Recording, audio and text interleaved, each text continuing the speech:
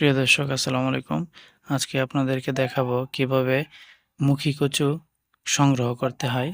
দেখতে পাচ্ছেন আমার কৃষক মুখী কচু সংগ্রহের জন্য কোদাল দিয়ে কুপিয়ে মাটি এবং গুঁড়া আলগা করতেছে। দেখতে পাচ্ছেন এখানে শিকড়ের মধ্যে মুখী কচুগুলা জড়িয়ে থাকে।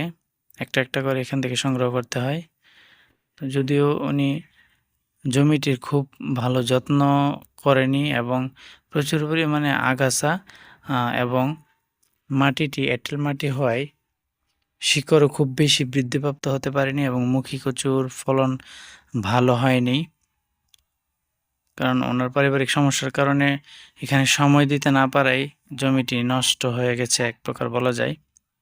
নয়তো এটি হচ্ছে বাড়ি মুখী কচু এক জাতের একটি মুখী কচু, ফলন অনেক ভালো হয় যদি সঠিকভাবে যত্ন করা যায়, পরিমিত সার নিড়ানি দেওয়া যায়, তাহলে এর ফলন খুবই ভালো হয়।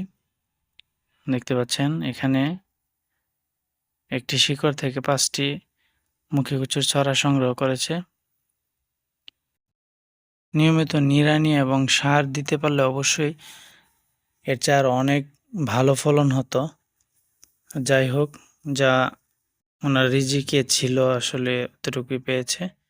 ধন্যবাদ সকলকে।